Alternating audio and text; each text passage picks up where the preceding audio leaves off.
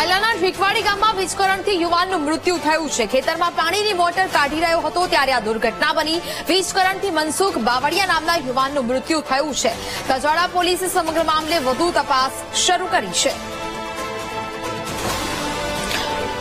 તો સાયલાના ઢીકવાડી ગામમાં વીજકરણથી યુવાનનું મૃત્યુ થયા હોવાના સમાચાર છે તે સામે આવ્યા। ખેતરમાં પાણીની મોટર કાઢી રહ્યો હતો આ યુવાન, તે સમયે આ દુર્ઘટના બની છે।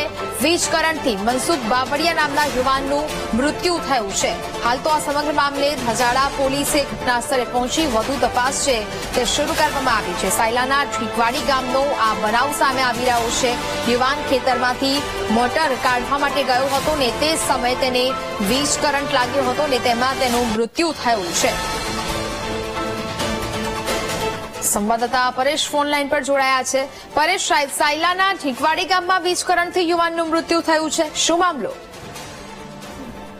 ચોક્કસ જણાવી દઈએ તો સાયલાના ઢીકવાડી ગામે પાણીની મોટર કાઢી રહ્યો હતો ત્યારે 35 વર્ષીય યુવાન મનસુખભાઈ બાવળિયાને વીજ કરંટ લાગ્યો હતો અને વીજ કરંટ લાગતા સાયલા સરકારી હોસ્પિટલ ખાતે ખસેડવાયો હતો, જ્યારે સ્થાનિક ડોક્ટરે મનસુખભાઈ બાવળિયાને મૃત જાહેર કરતા હાલ તજાડા પોલીસે ગુનો નોંધીને વધુ તપાસ હાથ ધરી છે।